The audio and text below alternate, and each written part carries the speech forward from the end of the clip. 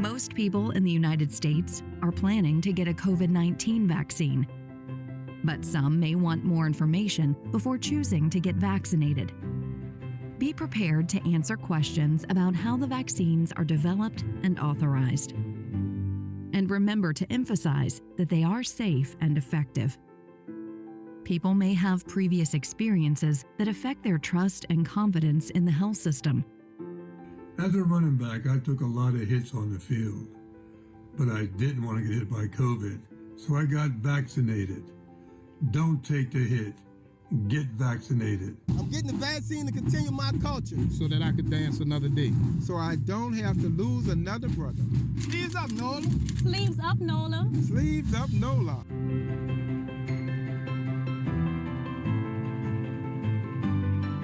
By taking time to listen to their concerns and answer their questions, we can help them become confident in their decision to be vaccinated. There are resources to support these efforts. By providing communities, practitioners, and vaccination partners with the information they need to have essential vaccine conversations, we can build a culture of trust in vaccination.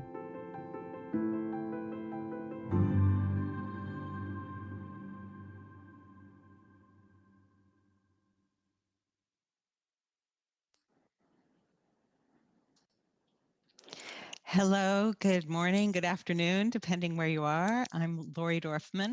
I direct Berkeley Media Studies Group, a project of the Public Health Institute, and teach mass communications at the School of Public Health at the University of California at Berkeley, which sits on the ancestral homeland of the Ohlone people. And I want to thank you first, the CDC, for putting together this stellar panel you're about to hear from. And this conference so far has just been fantastic. Y'all made me get up pretty early here in California, but the panels have really been outstanding. And the last one we heard that focused a lot about what it means to earn trust around the COVID vaccine and the role of community and how important that is to elevate and center. I think we're going to hear some of those same themes in this panel today, which is going to talk about misinformation. I cut my teeth on HIV in the early 1980s. I cut my public health teeth on HIV in the early 1980s in San Francisco. So a lot of what has been going on with COVID is very familiar, feels familiar, and yet it's also quite different. And I'm having my own cognitive dissonance. I can see from the news reports and among the people I know and what's going on that people are clamoring for the vaccine. I mean, they're lining up in sports arenas and sports stadiums to get vaccine, and communities are coming out all over the country to try to make this happen. And yet, at the same time, we have news reports, social media that distract us with misinformation that public health professionals absolutely have to counter. And of course, no matter what we say, if we can't get access, if we can't get the vaccine into the arms of the people who need it, our words won't matter. So this is troubling, of course, and we have a lot of work to do here. And I think we could turn a corner if we do it right. And so I was very excited when I got asked to moderate this panel because the stellar folks that the CDC brought together can answer some of these questions. And really these questions are questions I hold. So I feel like the whole panel is just for me, and several hundred of our closest friends who are all listening out there. The panelists are gonna talk to us about their expertise, and they have a lot of expertise. I'm gonna keep things informal and use their first names, but our panelists will be Dr. Claire Wardell, who is the co-founder and the U.S. director of First Draft News, Dr. Saad Omer, who's the director of the Yale Institute for Global Health, and Dr. Lawrence Smith, who is the Chief Health Equity and Strategy Officer at the CDC. So we'll hear from them all in just a moment. And you'll be able to read about their bios, and they'll help us understand this relationship between what we're saying and what we're doing around the COVID vaccine. But first, let's find out who's in the room having this conversation with us. And we have a poll question that is going to come up and allow you to say what part of the world, the public health world you are in. So who's here today? Who's in the audience? What type of organization do you represent? If you just scroll through those choices and click the one that applies to you, we'll know in a few seconds sort of who's in the room with us. Really, as I said, I think it's my conversation because these are questions that I'm very curious about, and in earlier conversations, I know these are the right people to answer them. So we will see those results in just a moment here. So we can see that we've got quite a few folks from government, public health departments, public health providers, some private sector, some social and civic organizations, some community-based organizations. So it's a very, very nice mix of folks. And that's representative of what it's going to take for us to have this conversation nationally. And that national conversation is set in a context. And right now, the context that we're going to talk about is the troubling one of misinformation. And I'm going to ask Claire, who has been thinking about misinformation for years and years now, to tell us what she knows about misinformation. And Claire, in particular, I've heard you say something very interesting, which is that quality information can push out misinformation. Tell us about that. You've used a term, data deficits. What does that mean? Describe the misinformation context we're in, and then help us think as organizations what we can do about that. Well, firstly, Laurie, it's wonderful to be here. And like you, I'm very excited for this conversation. But you're right, I've been thinking about misinformation for over a decade. My very niche research area has become the thing that everybody cares about, which is wonderful. But I do think that there's kind of an obsession at the moment with misinformation, and around vaccines. Everybody's obsessed with, well, what are we going to do about the rumors that suggest that Bill Gates is microchipping us? And I think that's driving the conversation. It's being resourced. Funders are excited about it, and I'm not complaining. But I do think that what we have to recognize is that misinformation flourishes in vacuums. When we have an absence of quality information, or we have confusing information, that gets weaponized by bad actors who see this opportunity for them to move in and fill those spaces. And the problem is, I'm a researcher by training. I spend a lot of time with journalists. I love facts. But those of us who think in those ways understand that science is nuanced. It's complex, it builds and it changes, and we replicate each other's studies. And that's why we love science. But in the current information environment, that's actually a weakness, because the debates that you see scientists have on Twitter, which I love, I watch them, and I see people saying, well, do we have to have the second dose within 12 weeks? What does that mean? I mean, that's incredible for a scientific conference. When it happens on Twitter, it gets weaponized by people who say even the experts can't agree. Or when we, of course, see public health authorities being nervous about making a stand because all the data isn't in yet, I totally understand where that comes from. But it leads to this thing, which is a data deficit, which is the absence of quality information, or too much information, or confusing information. Because remember, we don't live in a world of gatekeepers like in the early 1990s, or as you were saying, Laurie, during the HIV crisis. We live in an era where everybody is 5 keystrokes into Google away from the answer, and the answer that they're probably looking for, because they will put the keywords in.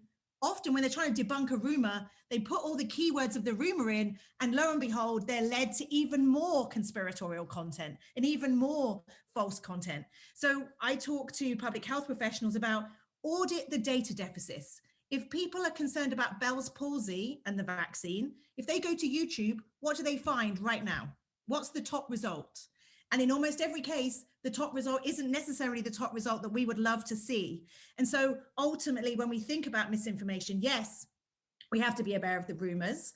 And when it's acute and immediate, there are things we can do, and we'll talk more about that. But if we don't also think about the flip side, which is how do we as journalists, public health professionals, get quality, compelling, visual, shareable information into this same space, then we're in trouble. It doesn't matter how much we say science is on our side. We're constantly slipping back down the mountain right now because we're using techniques that worked in 1996, but don't work in 2021. Yeah, I don't want to go back in time that far. So, Claire, that's very helpful. And we do want to get to what those things are that we do. First, though, I want to turn to Saad. And Saad, you've been researching vaccines for more than 2 decades. And so Claire has her expertise deep in misinformation. You have your expertise deep in the vaccine research. What have you learned over the years that can help us earn confidence in delivering COVID-19 vaccines? What does the science tell us about that? Yeah, that's a good question. So some of these insights come from not just vaccine research, but vaccination research that we have been engaged with as part of our portfolio for a couple of decades. In terms of COVID vaccine, we need to think about the full chessboard, that not just one aspect or 2 aspects. And I will cover a few things there that have a lot of things have been covered, especially trust and engagement of communities, which are extremely helpful. But to expand the conversation, we should think about acceptance and uptake of COVID-19 vaccines more comprehensively in terms of 3 pillars. And I have the privilege of being part of the WHO Behavioral Insights Technical Advisory Group. And some of these 3 pillars were defined as part of that work that we came out with. But essentially, the first pillar is to create an enabling environment. And so to start with that, it's misinformation and disinformation itself is important.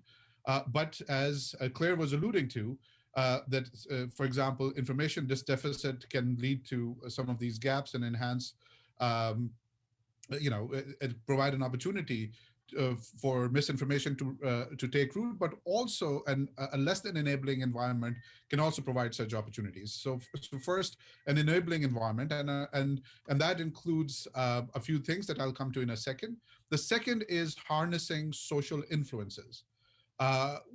We are social beings, and what others do influence our behaviors, and that has been shown empirically. And the third thing is to increase individual motivation. So how do we go about doing that in the context of COVID vaccines? So first of all, when we talk about enabling environment, increasing and sustaining the quality of experience being vaccinating, of the actual act of vaccination, people don't realize that it is often extremely important, and sometimes turns out to be one of the more important causes of why people are a little bit reluctant to get vaccinated. For example, if you are having a hard time, if you are on the fence, and on top of that, the experience itself is not the most appealing one, you are less likely to get vaccinated. The other thing is, this is, and for a lot of times, for example, for measles vaccines, et cetera, we deal with persuasion deficit or persuasion-like scenarios where we are trying to persuade people, and the information deficit is not an issue. Here, information deficit. So basic information, how to get vaccinated, what are some of the features of what to expect after getting vaccinated, and all of that. This is a feature. It is less scientifically exciting, if you will, than the persuasion work, but I think it's extremely important there. The third thing is to create defaults, and I can come back to what kind of defaults you can create. In terms of the second pillar, which is social influences, emphasizing the role of health professionals is extremely important. And a strong health provider recommendations that emphasize vaccines as a norm is extremely important. And we have known since a couple of decades that even those who refuse vaccines trust their healthcare providers more than any other source, although their trust in healthcare providers is less than those who end up getting vaccinated. So we need to empower, we need to have a national program to empower our healthcare providers, not just for vaccine related information, but also communication related information. So we at Yale are working on something like this, a CME program of that nature. The third, another part of social norms is to emphasize that everyone is getting vaccinated. But how do you do that in a situation when you have low availability, at least earlier on? What you do is you emphasize an emerging social norm. You say that more and more people are getting vaccinated. Many millions of doses have already been covered. But when you get to the sort of the other stage where you need to focus on individual motivation, you can emphasize an existing social norm. The other part of emphasizing social norm is to amplify endorsements from trusted leaders. And we have done a few studies that show bipartisan support and scientific leader support, what we call in our jargon, elite endorsement from scientists, can move people from various backgrounds. And this is empirical data that we have generated. And the last thing is individual motivation. Building timely trust in vaccines is important. There are evidence-based strategies that are out there. And then leveraging some of behavioral insights-based messaging strategies is helpful there. At the end of it, what I would emphasize is that we should demand the same rigor in vaccine acceptance science as we demand from vaccine development science, because there has been an accumulation of evidence and obviously evidence in isolation without cultural literacy, without engagement of community leaders is not that effective. Just like vaccination, once it's developed, is not useful unless it's deployed properly. But I think at the core of it should be evidence-based and evidence-informed strategies.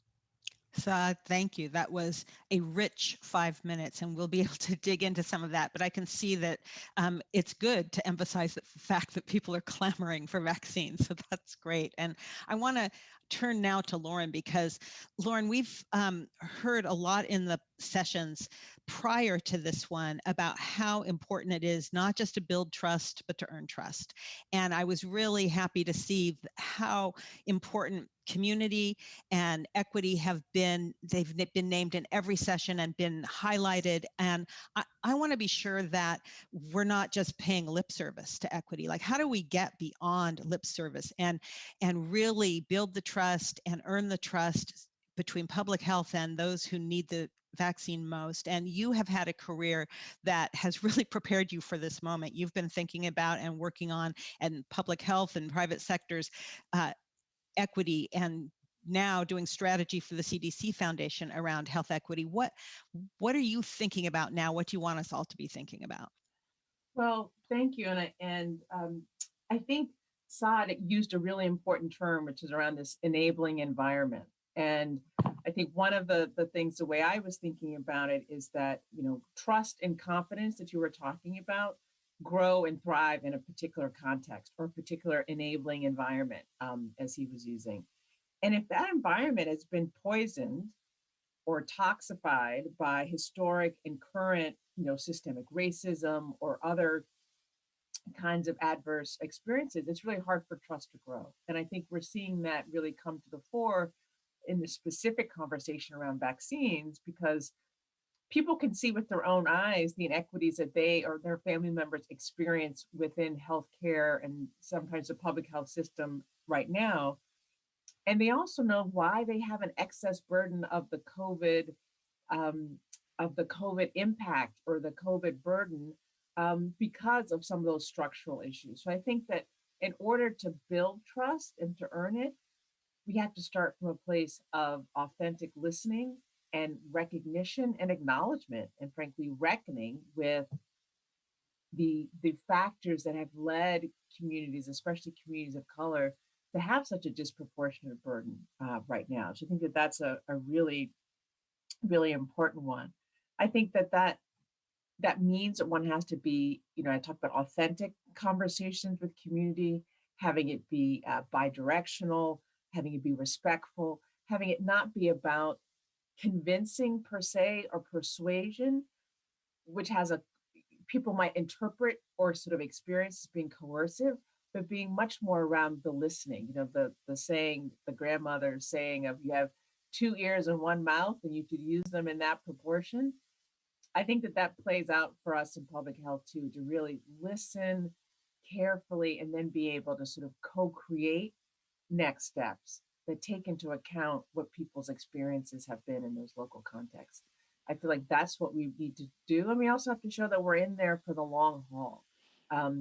People in community can tell when folks are parachuting in for, you know, a quick in and out without a real lasting sort of investment or sort of connection to what's meaningful and most important for the community. So I think listening, understanding what the community's priorities are, understanding why there's these misinformation might take hold, and why people have legitimate concerns.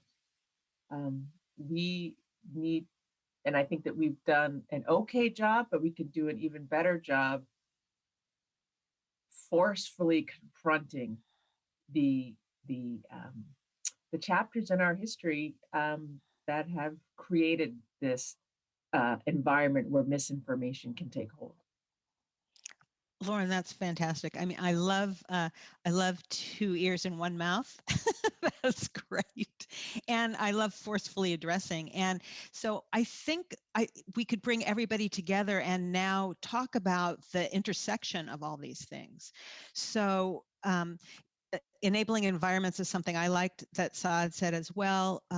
Claire, when you were talking before, it's clear that there is misinformation we have to be aware of and deal with. But in fact, what's really going on in a lot of instances is that people just have questions, and we need to know how to answer those questions so there's not that information gap. And so I'm like in the earlier, one of the plenaries earlier, we heard that really 40% of the population, according to the research that the Ad Council did, is not certain they're going to get a vaccine, but really it's just that they have questions. They want to know, well, what will the side effects be, and how can we account for that?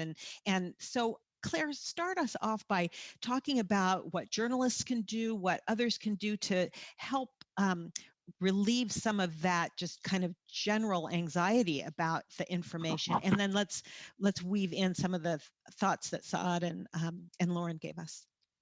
Yeah, so we work quite a lot with journalists, and some of my best friends are journalists. But I'd have to say some of the coverage at the beginning of the rollout was not positive. And there was this obsession with the kind of, in the same way as politics, the horse race of the vaccine. Who was going to get it out first? Who had the better results, efficacy results? And in that space, it wasn't positive for people who had questions. And the thing about journalists is that they think about the news, the latest. And actually, there's a lot of foundational work that just isn't being done. So the kind of evergreen content, which is, how does a vaccine work? How do we know? mRNA was not dreamt up in a lab 6 months ago. It's been around for 10 years, but journalists haven't necessarily done a very good job of explaining that story. So we talk a lot with journalists at the local level, especially. Local newsrooms are still trusted to try and get them to think about different ways of telling these stories, different ways of answering their audience's questions that isn't about the latest. And of course, journalists have become somewhat obsessed with the side effects question, and somebody got vaccinated and then they died, making this terrible causal link. And so some of that, again, is we should have done a better job with journalists back in 2020, knowing that the vaccine was coming, because we didn't. And then unfortunately, some of the coverage has been poor, and I would say in some ways damaging. But I do think there's ways that we can work with journalists to say, how can you help your audiences? There's a kind of solutions journalism work that people do now, which is ask your audiences about their questions and then help them answer them or help them find the information they need, which feels odd to journalists. That's not what they've traditionally done. But now I think there's much more of a recognition that that's the role that their audiences are wanting them to play. That makes sense, Claire. And Saad, tell us about how the misinformation relates to what Lauren picked up on, the enabling environments. So how does the information intersect with that? Yeah, so the environment that gives people confidence in the logistics of how to get vaccine, the fairness of the process, and the fact that their questions get answered. So I'll give you an example in terms of the fairness of the process, and just to pick up on one aspect of it. We ran experiments. So we ran sort of experiments on nationally representative samples in sort of these experimental messaging studies, and actually varied other conditions as well, in late summer, early fall. And we said, you randomize people into saying when the vaccine is approved, meaning whether it is approved a week before the election. We intentionally anchored it on the election. We said that, we gave the date, but also said it was a week before the election or in December. And when we said, and we looked at people's willingness to take the vaccine and overall confidence in the vaccine, and not surprisingly, we found a pretty substantial difference between the two. And the reason I'm saying is that a lot of trust is not communication related, or the main intervention is the policy intervention. And now we need to communicate that the process, despite efforts, I'm an academic, I can say that it's on the record, there were efforts to nudge the process, to speed up the process due to non-scientific considerations, but due to folks at FDA and others, the process that was followed for emergency use authorization was transparent. It was mainstream. It was expedited but for valid reasons. But the corners were not cut, and so lo and behold, it was approved in December. So the process is sometimes the message as well. And so when we go to sort of journalists reporting this, and I don't know, I would love to hear, subsequently Claire's thoughts on it. Claire is absolutely right that there are certain narratives that are unhelpful, but I've been pleasantly surprised that from the news sides of publications, there has been more mainstream and more measured reporting. But unfortunately, from the op-ed side of a lot of the same publications, there have been messages that are less than responsible. The whole initial herd immunity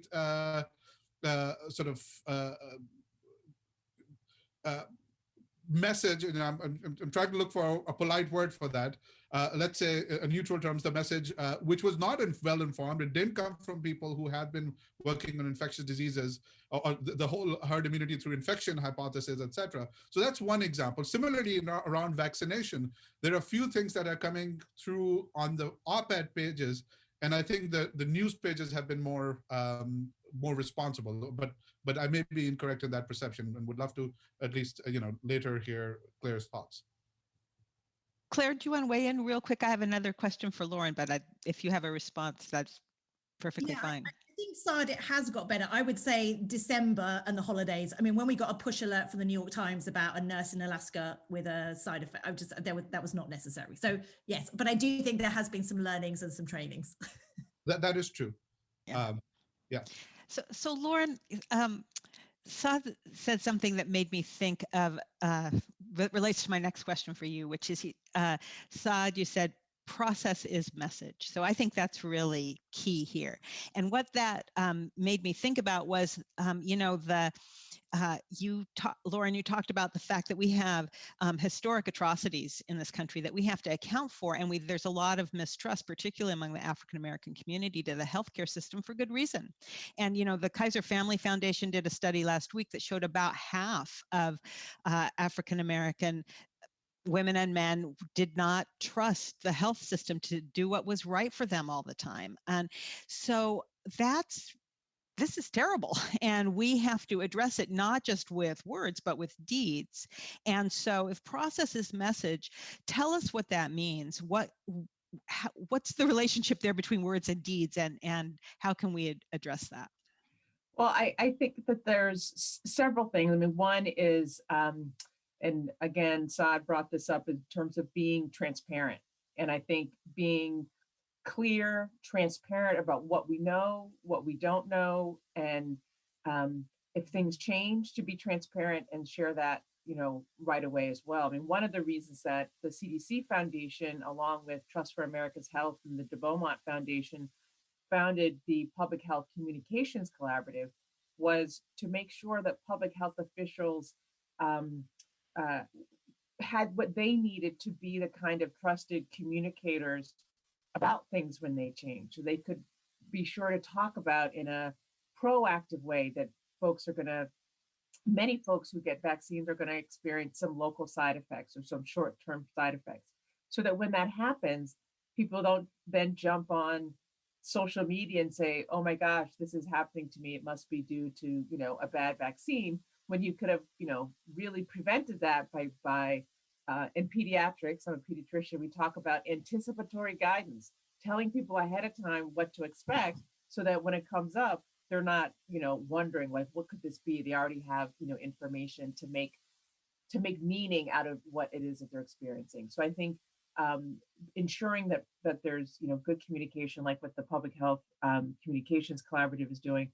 The other is making really targeted and conscious connections with community-based organizations and other leaders who again aren't being identified to sort of be just messengers, just taking the message, which can be sort of a transactional thing, but more like interpreters and communicators and co-creators of messages with that deep understanding of context. That is how, and I think that is, those are the kinds of ways that you can communicate through your process, to Saad's point, that you mean for this to be inclusive and engaging. And you're not just, as we talked about before, coming in, trying to coerce people into getting their vaccination without, being really concerned about their health and well-being. And their Lauren, autonomy. I think yeah. their autonomy. And I guess the last thing I would say is just not dismissing the concerns and questions, but assuring that they're validated as it's reasonable. And here's the facts, like here's the facts that you need to make an informed choice so that people can feel that autonomy. That makes perfect sense. And it's really aligns with what we heard in the last plenary session, which was about the fact that earning trust meant that the health department didn't come top down, that it was an authentic partnership, that it brought resources to the community members who could be the messengers, who could develop the message, as you were saying, who could work together. And so I think that's such an important point about how it's not just what we say, it's also what we do. At the same time, we have to say some stuff, and we have to say things in opposition to the misinformation that's been out there. We have to correct it. So that's challenging, because how do you, and I think this is a question I'd like everybody to respond to. How do you respond to information that is erroneous without repeating the error? So one thing we've been talking about at the Berkeley Media Studies Group that we've gotten from other communicators is called the truth sandwich. The idea that in order to avoid repeating misinformation, that you still have to counter because it's wrong. First, you start with the truth, then you explain what's been misinformed, and then you end again with the truth. So that's one strategy. I wonder what y'all think of that strategy, and whether you have other strategies for helping people reinforce what is actual and real and scientific and true, and without elevating the myth. Just like you said before, Claire, you just put in those 5 words into your search and you get your myth back at you, which can be reinforcing rather than diminishing about the misinformation. So maybe Claire, let's start with you and see what all our panelists have to say about this. Well, certainly there is a science to deciding which rumors you take action on, because if you go looking for misinformation on Facebook, you're always going to find it. But if you're CNN, or if you're anybody with a megaphone, or you're a health authority, and you put that onto a website rumor tracker, you're actually taking what's pretty niche as a rumor and you're giving it legitimacy. Essentially, you are connecting it to your logo, you're putting it on your website. So we talk about the tipping point at First Draft, which is if you debunk a rumor too early, you give it oxygen. But if you leave it too late, it's very difficult to pull back, and it becomes known as a zombie rumor. There are rumors that are just impossible to kill. It doesn't matter what you do with them. them. So there's this sweet spot that you want to kind of find. And there's metrics around that. So for example, is it jumping from platform to platform? If you're just finding it in anti-vax spaces on Facebook, don't touch it, it's fine, it's not going anywhere. But if you're seeing it moving from Instagram to YouTube, have you seen an influencer or a celebrity talk about it? In which case you'd say it's crossed the tipping point. Are you starting to see mainstream media talking about it? So there are a number of different measurements that you can use to determine whether or not by actually talking about it, you're not going to do more harm.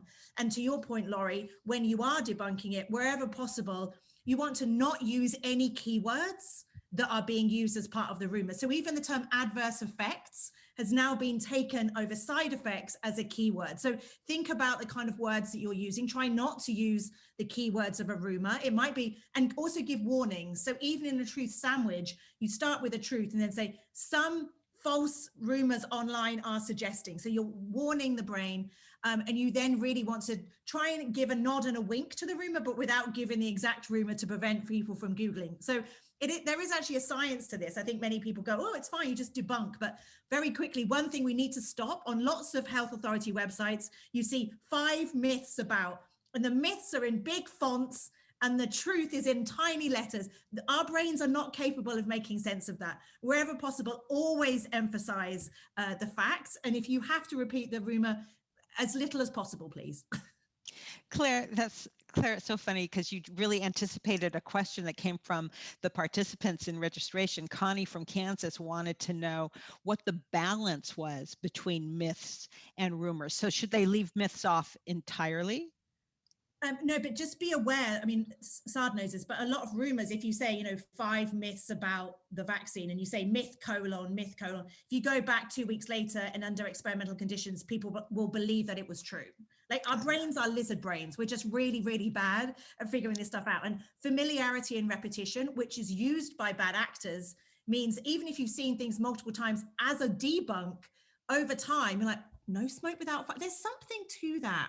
And so unfortunately, we have to tread really carefully when we're dealing with rumors, because actually our brains are more likely to believe that. And the last thing I'd say is fill the space that appears in your brain. So if you tell me something, Laurie, and you say it's false, I'm like, okay, I trust Laurie. So I take it out of my brain. But if I don't have anything to fill, if there isn't an explanation for why that's false, my brain is like a sponge and goes back to filling it with the falsehood. So if, for example, you're saying, well, let's look at that anti-vax website. Well, that person is actually making a lot of money selling vitamin supplements.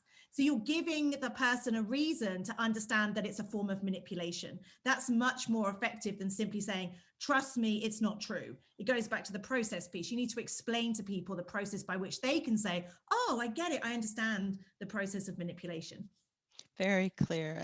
And thank you, Claire. And it relates to another question, Saad. I think you could probably help us with this one. And the basic idea is, can we inoculate against rumors and misinformation? And there, Kristen from Oregon was also curious about how do we adapt our information as the science and information about COVID evolves? And maybe, Saad, you could talk about that a little bit. So yeah, I'd be happy to talk about that. And so just to sort of extend what Claire was saying, and I know it's a lot of information to take in at this point, but the good news is that a few of us, including Claire's group, my group at Yale, and sort of collaborators at UNICEF and PGP, have come out with this misinformation guide that takes you through that process. And one of the tools that is there is what we call a risk evaluation metrics for what to respond to and what not to respond to.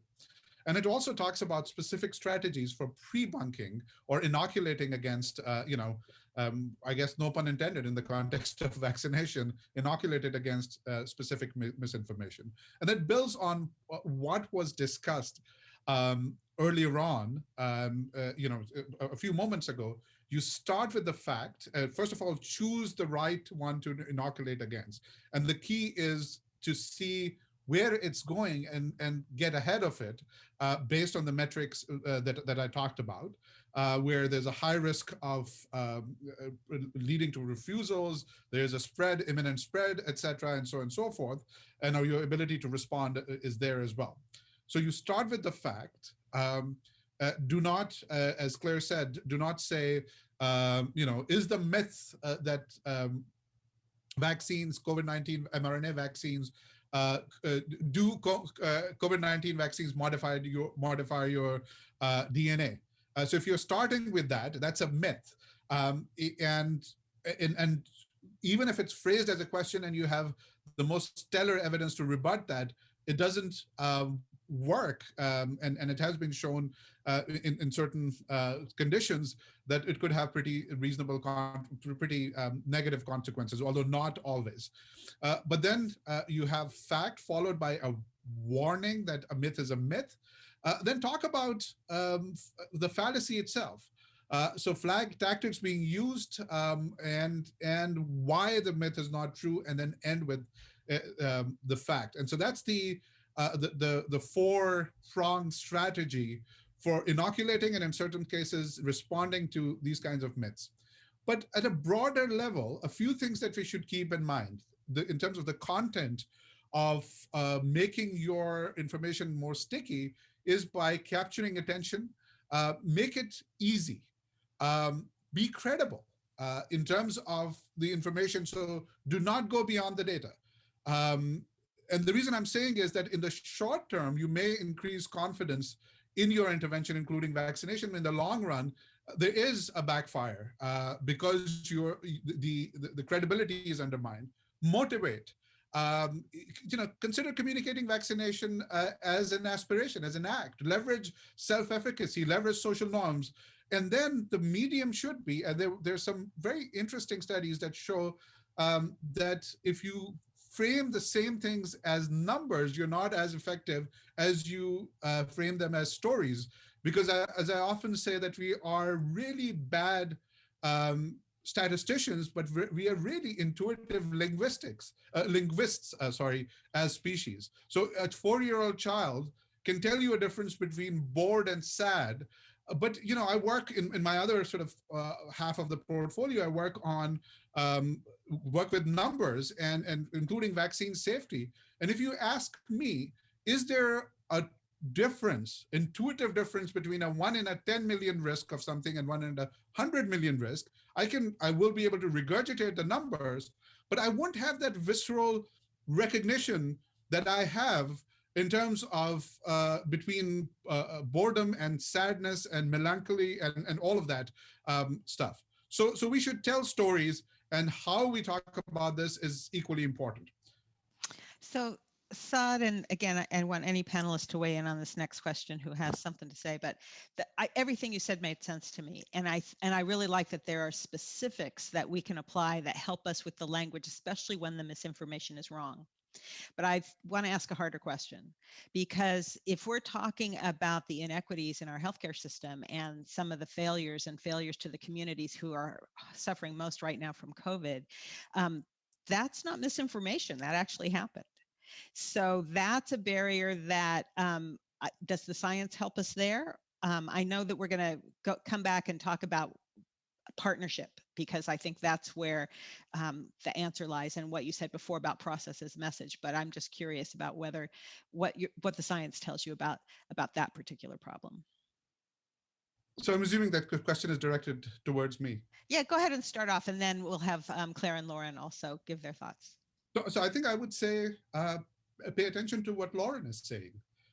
Science in vacuum does not have impact unless you deploy it with cultural literacy, you deploy it with the communities, you form the final message with the communities that you are engaging with. The co-creation part comes in there. So that's important to recognize.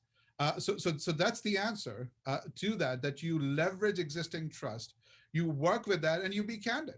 And also, look, this won't be the last pandemic. And it would be highly unfortunate if we are in the same situation where we haven't invested in trust by structurally changing and modifying our healthcare system the next time around this happens. The whole problem is that we are trying to have a communication and misinformation strategy in the context of an unequal healthcare system. and verifiably unequal. It's not a sort of a warm and fuzzy statement. It has been empirically shown that our healthcare system is unequal, and so we will have to make structural changes. But also more specifically in this pandemic, look, one of the inequities that we don't talk about is the inequity of access to information. I'll give you an example. Sometimes if you have questions, a lot of people have questions. I'm immunocompromised. Should I get the vaccines? Would it work in me? Are there safety concerns?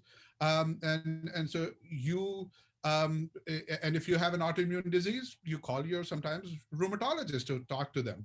Some people don't have a rheumatologist to talk to. Some people, if you have questions about pediatric vaccines, not everyone has access, has their pediatrician's number on their cell phone to be able to call them and ask these questions that we talked about. So even in this pandemic, investing in information that is real, that these questions are real, and it should be framed the way we discussed, not to exacerbate misinformation or even concerns, but also be able to share candidly if there are concerns. So if you look at CDCs, I'll give you a really good example of how just framing the recommendations themselves, because they percolate very quickly through providers and then to patients, can follow communications principles or can be helpful, is the pregnancy recommendations around mRNA vaccines. We are in a situation of less than perfect data,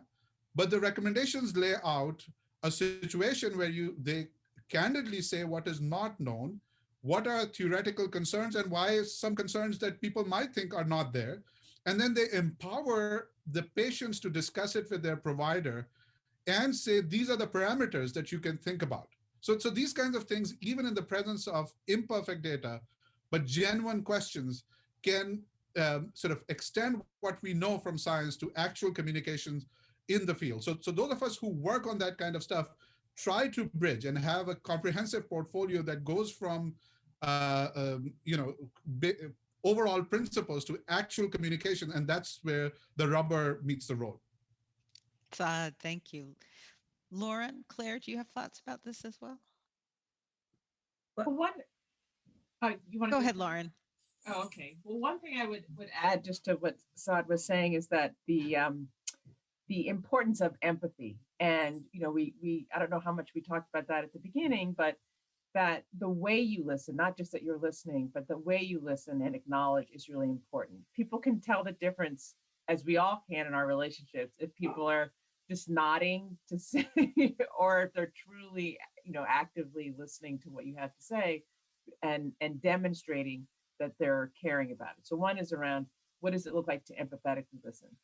The other is, as I go back to that idea about the reckoning and the acknowledgement, is to say, yes, what do we know to be true about the inequities?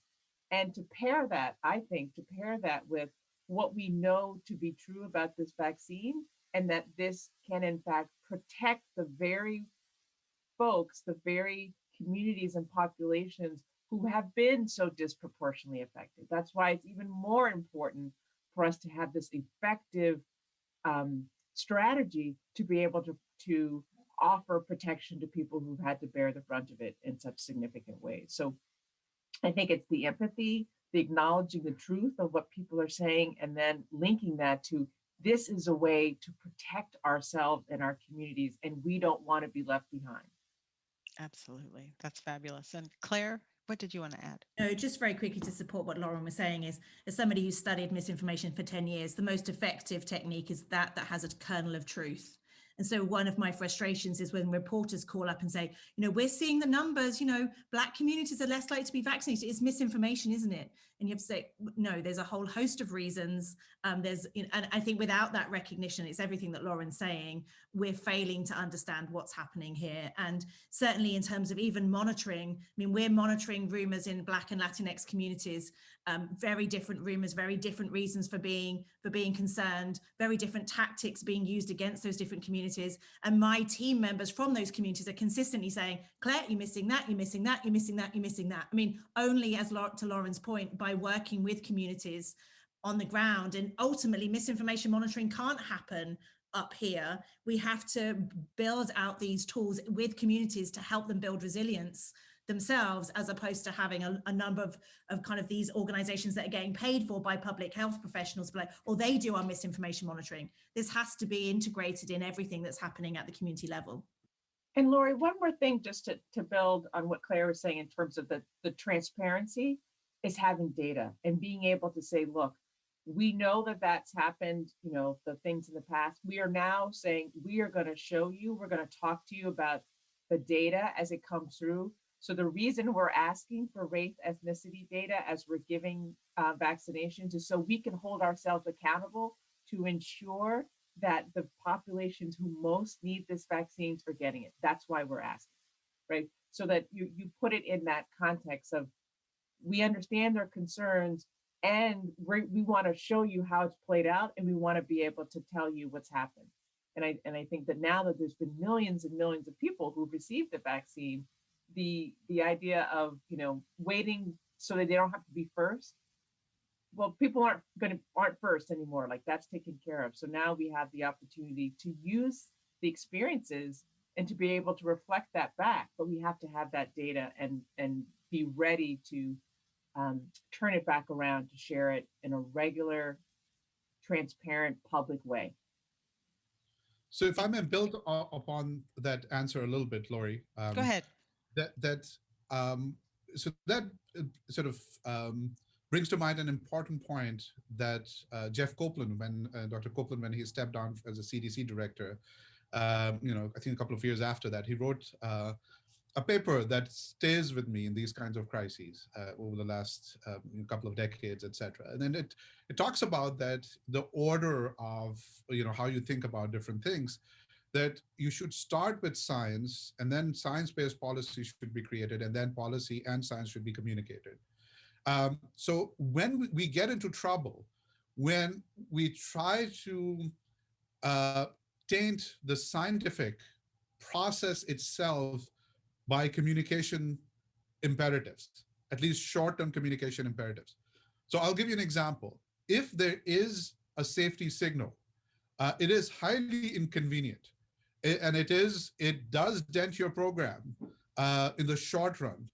But having the rigorous and vigorous assessment of science, and then saying that, look, now how do we communicate it in the broader context of what we know about the benefit and risk of vaccine, et cetera. That should be the sequence, rather than saying that, look, yeah, so this evidence is there, or, you know, I know that it doesn't happen in our healthcare system intentionally, but being guarded against putting communications objectives before the scientific objectives can and does often get us into trouble at various levels, not just at the federal level, but also at the local levels as well. Saad, thank you. What I'm going to do now for our last 10 minutes together is ask each panelist to tell us, really summarize for us what the biggest lesson is that you've learned, not just about building trust, but as Julie Marita put it this morning, earning vaccine trust and confidence, so that our audience can go away with your final thoughts. And I'd like you also to kind of weave into there, what does this COVID-19 vaccine mean to you personally? So combine those two things and let's go around. And we just heard from Saad, so we'll hear from Claire, Lauren, and then we'll close out with Saad.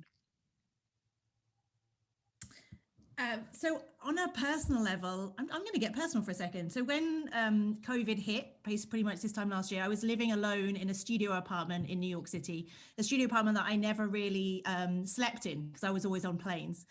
And then a month of living in that studio apartment by myself led me to forward a piece of misinformation. I didn't do the checks. I was terrified. And it was one of those text messages that said, you know, there's going to be a lockdown. And I remember sharing it. And the next morning waking up and like, I'm meant to be like the misinformation lady. And I just got caught out. And so what it really taught me was that everybody's lives are being turned upside down right now. So when people talk about misinformation in the context of this year, all of us are in fight or flight mode. All of us, our limbic cortex is flaring. And so we're not able to necessarily have the kind of rational conversations or consume information in the ways that we should be. We're scared. We're scared for ourselves, we're scared for our families and our communities and our future. And so we can't ignore that. And that's been my learning this year, which is all of this kind of theoretical stuff that I've been thinking about for 10 years has hit home. You know, I now live in upstate New York, don't really see anybody at all. I'm actually very happy. But it's just been such a fundamental moment to say you can't disentangle the social media posts that we see with the way that people feel. And when people are as scared as they are now, that's why we're seeing so much susceptibility to these kind of beliefs that previously we might not have been concerned about. So that's been my big learning. I will take this with me for the rest of my career, which is for all the money that we spend on monitoring posts, how can we spend more time listening to people, understanding their fears? Because it's the connection of these two things that's happening right now. So yeah, it's been quite the year. Claire, thank you. Lauren, what do you want to leave us with? Well, personally, I'm, you know, as a mother, I've been of 3 kids who are young adults in college and sort of starting out. I think I'm thinking a lot about what this is doing or how this is affecting their experience of their young, you know, their young adulthood in terms of this, how much has been disrupted. And I think about that, and that, you know, when we are fully vaccinated and we've got this under control, there'll be an opportunity for our communities to, you know, go back, or not go back, but to go forward in a resilient and positive way. So I think about that. I also think about how this is going to give us an opportunity to be better in the future if we can take the lessons that we are learning now and incorporate them into the moving forward. And in terms of the lesson that I've learned, I think it's this, you know, just what we've said so many times, which is that authentic community respect and engagement, coupled with support for public health officials, local, state, federal, to be the trusted communicators in partnership with others. And I think that, you know, as I mentioned about the Public Health Communications Collaborative, you know, having a resource to go to be able to be prepared to respond so that you're not kind of caught like sort of not ready, I think is really important. Lauren, thank you very much. I love that, building a better future. This is an opportunity we have to grab. Saad, what are the final thoughts you want to leave people with? Well, first of all, in terms of, you know, what these vaccines mean to someone like myself, your question about that, I think it's a bittersweet moment in terms of the fact that these vaccines are highly effective against disease, especially against severe disease. And yes, we have a few uncertainties, but the uncertainties are how much time it will take for us to get back to a new normal. It will be a new normal. But as someone who has been working in global health and public health since the age of 19, that's when I helped set up my first site.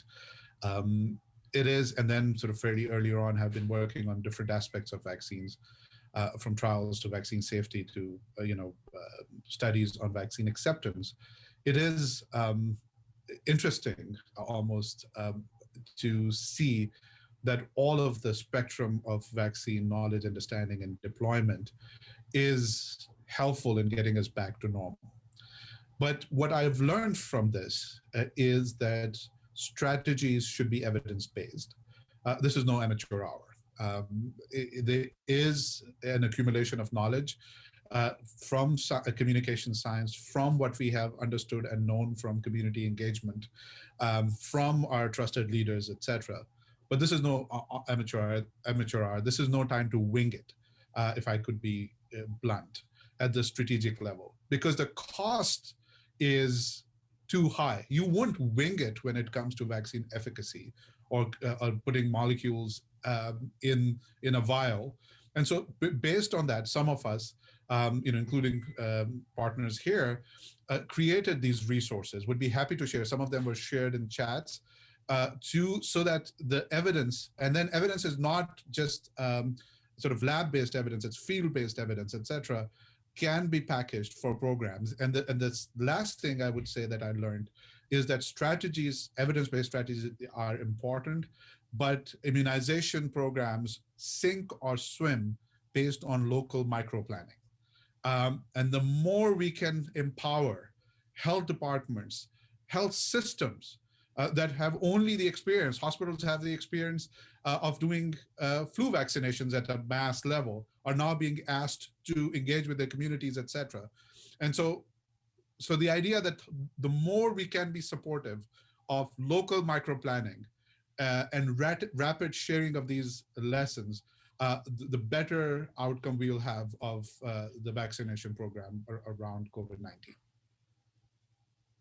Thank you for those thoughts. And everybody, what a fabulous panel. Dr. Claire Wardell, Dr. Lauren Smith, Dr. Saad Omer, I'm really honored to be in this room with you. And thank you for sharing that information. I think we have a final poll for our participants to weigh in on their thoughts. So we can put that poll up now. And then we will have our key takeaways and sign off. I'm not seeing the poll. Are we going to see it? There it is. So which of these strategies that we discussed today were new ways for you to think about mitigating misinformation? We talked about amplifying partners with trusted voices, providing credible, accurate, and relevant information, using communication formats and channels that resonate with communities, and building and fostering effective partnerships, and tapping into some of the behavioral insights we discussed to understand community concerns. So let us know what was maybe new for you, and we will wrap up with a final slide of key takeaways. And in our last 30 seconds here, I think we're down to the wire. I want to thank the panelists and thank the CDC again, because this is such an important national conversation. And I want to say the overwhelming winner here is tap into behavioral insights to better understand community concerns. I think that goes down to what Saad said, processes, message, what Lauren said about building a better future and listening with empathy and respect, and what Claire told us about how we have to fill that information vacuum with what is true, what is evidence-based, what the science tells us about how we can all be safe and protect ourselves together. That is, we have one slide, I think, to show, and then that I will rapidly say, because I think we're clearly close to out of time. The takeaways from today are that mitigating information is really just one component of building trust and vaccine confidence. These things have to come together with how we as public health professionals relate to community partners, and how we share power and how we call on each other. Misinformation is going to thrive in vacuums. So we have to fill that vacuum with what we know is based on the science, what is true, what the vaccine can do for us, how it is protecting people. We have to use trusted, accurate voices to build confidence and to mitigate misinformation, and find those voices together in partnership with communities, and address information by leading with facts. Sometimes we have to say what's wrong with the misinformation, but start with what's right and explain the motivation behind what that wrong thing is, make that truth sandwich, and come back to what's real and true, and tap into the science and the metrics that both Claire and Saad talked about that help us make our case more effectively. Thank you all very much for joining this session, and good luck with your very important work that is going to keep us healthier and bring the United States into a better place with a much stronger, I hope, health system that understands COVID and understands how to help each other. Thanks very much.